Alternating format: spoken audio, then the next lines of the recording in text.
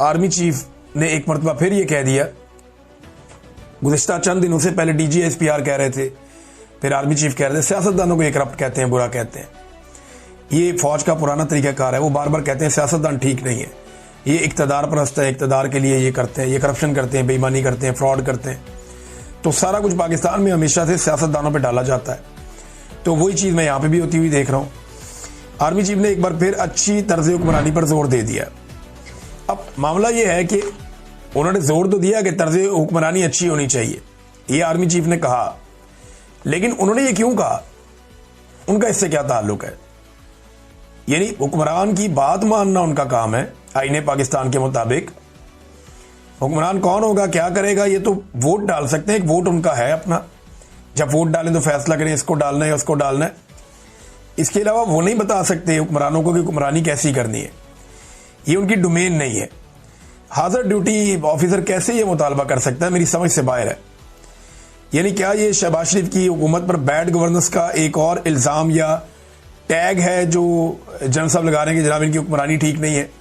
तो हमेशा से सियासतदानों को बदनाम किया जाता है, हालांकि हुक्मरानी हमेशा एस्टेब्लिशमेंट करती है।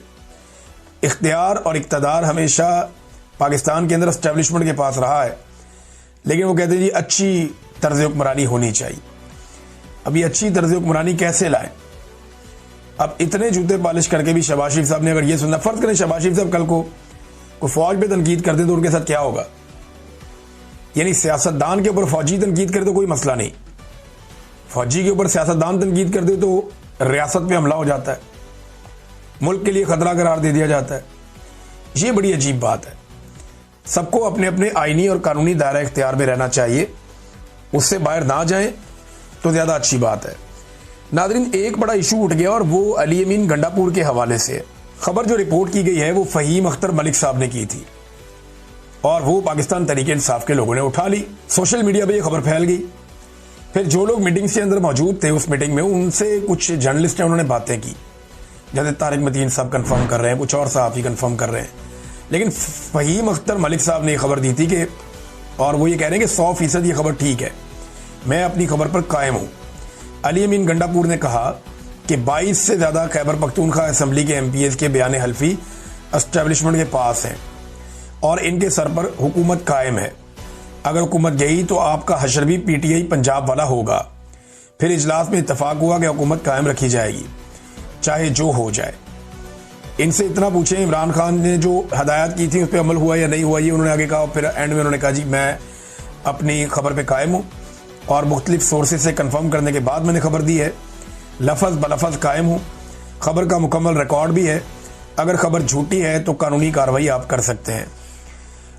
बाकी लोग जो हैं पाकिस्तान तहरीक इंसाफ के, उन्होंने दीगर चीज़ें भी इसमें बताई कि गंडापुर साहब ने कहा कि जो कहा गया मुबैना तौर पे कि मैं तुम्हारी नहीं एस्टेब्लिशमेंट की वजह से वज़ीर आला हूँ, वो चाहते तो एक दिन में मेरी हुकूमत गिरा देते, मैं उनकी मजबूरी हूँ। एस्टेब्लिशमेंट ने फाटा और अफगानिस्तान से मुतालिक कुछ फ़ायदे या काम लेने हैं। बहरहाल इस पर सनाउल्लाह मस्ती खेल साहब हों या बैरिस्टर गोहर हों, ये कहते हैं जी हम उस मीटिंग में मौजूद थे जो शुरू में हुई सितंबर के, और उस मीटिंग में गंडापुर ने ऐसी कोई बात नहीं की। अब गंडापुर या गंडापुर के जो करीबी साथी हैं उन पर लोग भरोसा नहीं करते। सोशल मीडिया ऐसा लगता है कि ये ज़हन बना चुका है कि गंडापुर साहब ने ज़्यादती की है और गंडापुर इमरान खान साहब की बात नहीं मान रहे, और ये इसका रिकॉर्ड है ना। देखें, इमरान खान साहब कहते हैं मुझे आके मिलो, ये जाके मिलते नहीं है, मिलने के लिए कोशिश भी नहीं करते। वो कहते हैं अफगानिस्तान जाओ, ये कहते हैं मेरा पासपोर्ट ही नहीं है। हालांकि ये बड़ी अजीब खबर है। वो कहते हैं ड्रोन पे FIR करो, वो ड्रोन पे ड्रोन हो रहा है, कुछ भी नहीं करते। इमरान खान साहब कहते हैं ऑपरेशन को रुकवाओ, ये कहते हैं जंग हम जीतेंगे। वो बिल्कुल एक अपोजिट इनका एक मौक़िफ़ है। इमरान खान साहब ने कहा बजट पेश नहीं होगा, इन्होंने पेश कर दिया। उन्होंने कहा अच्छा मेरे से मुशावरत के बगैर पास नहीं होगा, इन्होंने पास कर दिया। तो ये जो सारी चीज़ें, वो कहते हैं जी मुझे मिलने आओ, ये मिर्ज़ा अफरीदी के फार्म पे पहुंच जाते हैं। तो 4-5 ऐसे मुतालबात हैं इमरान खान साहब के जो उनकी हदायत हैं, जिन पे अली अमीन गंडापुर साहब ने गुज़िश्ता कुछ अरसे में कोई अमल दरामद नहीं किया। एक सवाल ये उठता है कि अली अमीन गंडापुर साहब अब सख्त ज़बान इस्तेमाल करते हैं, इसके बावजूद लोग उन पर भरोसा नहीं करते। यानी अभी इन्होंने कल जो स्टेटमेंट रात को आया उसमें बड़ी धमकियाँ दी है कि ऑल ओवर द वर्ल्ड में चैलेंज कर रहा हूँ, सबके लिए बात कर रहा हूँ। ऑल ओवर द वर्ल्ड करने की ज़रूरत ही नहीं है, पाकिस्तान में बात करनी है सिर्फ, और डी चौक जाना था, वहाँ आप गए नहीं। बहरहाल गंडापुर साहब कहते हैं जी कि इमरान खान को कोई माइनस नहीं कर सकता, कोई बाई का लाल ऐसा नहीं है, किसी के बाप में भी ये हिम्मत नहीं है, बड़ी धमकियाँ में सख्त लहजा। लेकिन पीटीआई अब मुतासिर नहीं होती उनके स्टेटमेंट से।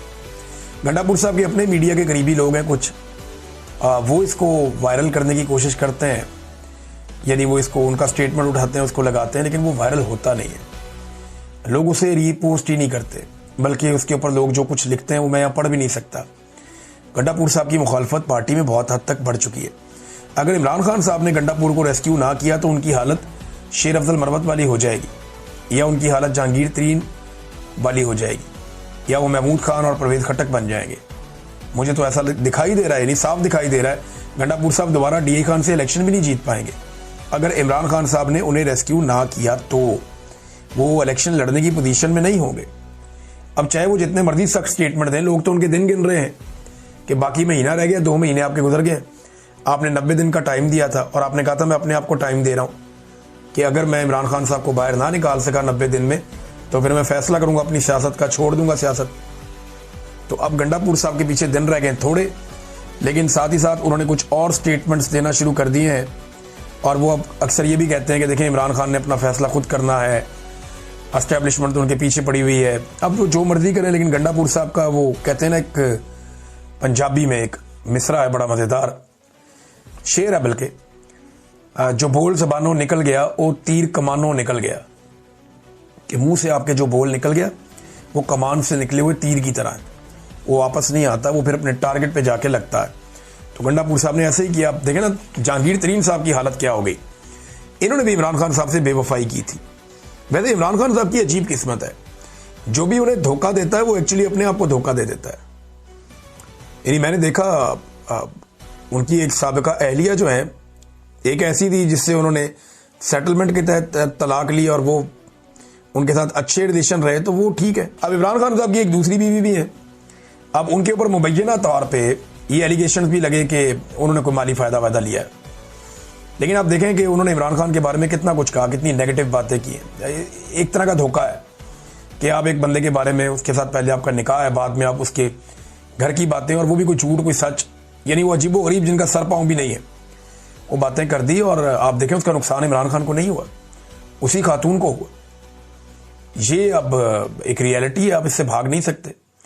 जहांगीर तरीन ने इमरान खान साहब को धोखा दिया, अलीम खान ने दिया, देखिए उनकी हालत क्या है। परवेज खट्टक को देख लें आप, महमूद खान वापस इमरान खान के साथ शामिल होना चाहते हैं। तो जिसने धोखा दिया उनके साथ आप देखें वो पब्लिकली वो कहाँ पहुँच गए। अब जहांगीर तरीन साहब ये कहना शुरू हो गए हैं कि उन्होंने सियासत छोड़ दी है। वैसे छोड़ना ही बनता है, जो उनके साथ हो गई है। इमरान खान साहब को छोड़ के पब्लिक ने तो उनके साथ हाथ किया, एस्टेब्लिशमेंट भी उनके साथ हाथ कर गई। यानी